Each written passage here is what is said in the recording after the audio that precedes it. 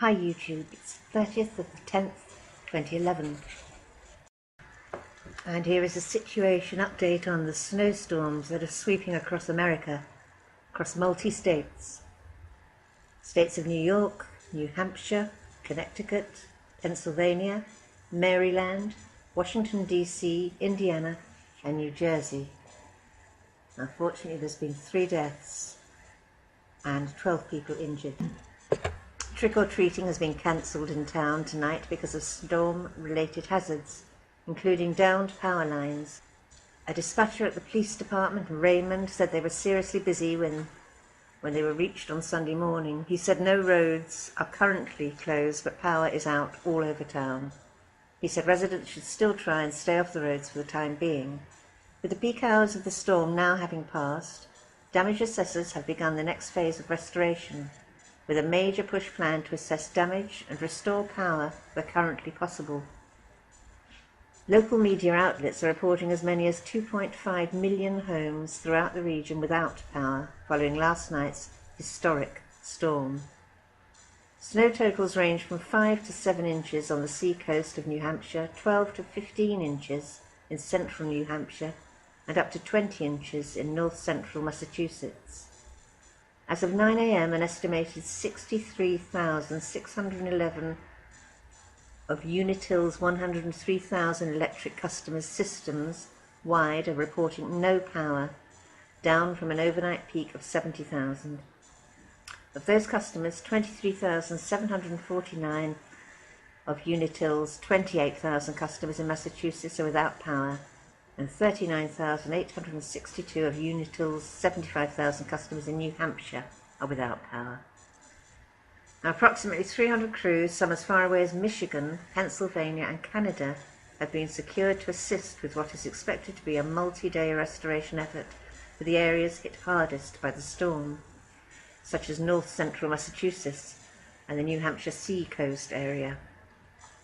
The crews provide specialised work and include line tree digger damage assessment and wires down teams.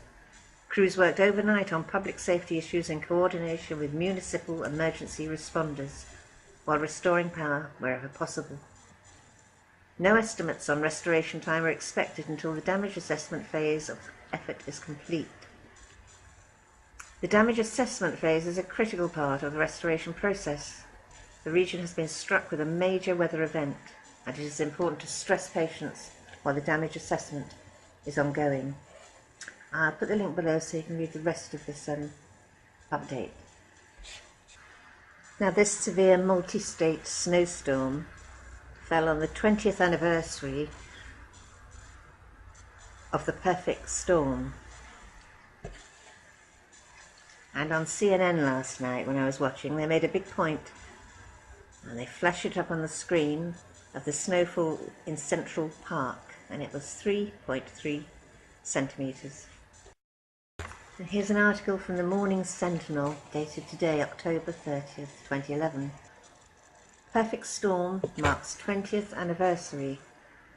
Linda Greenlaw recalls the infamous nor'easter that she wrote about. If it weren't for the perfect storm or the book and movie that depicted it, Linda Greenlaw would not be a household name.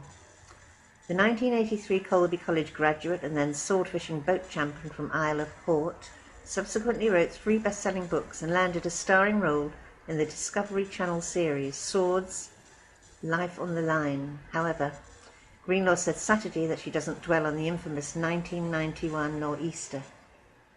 I don't spend a lot of time thinking about it. It was 20 years ago, she said Saturday.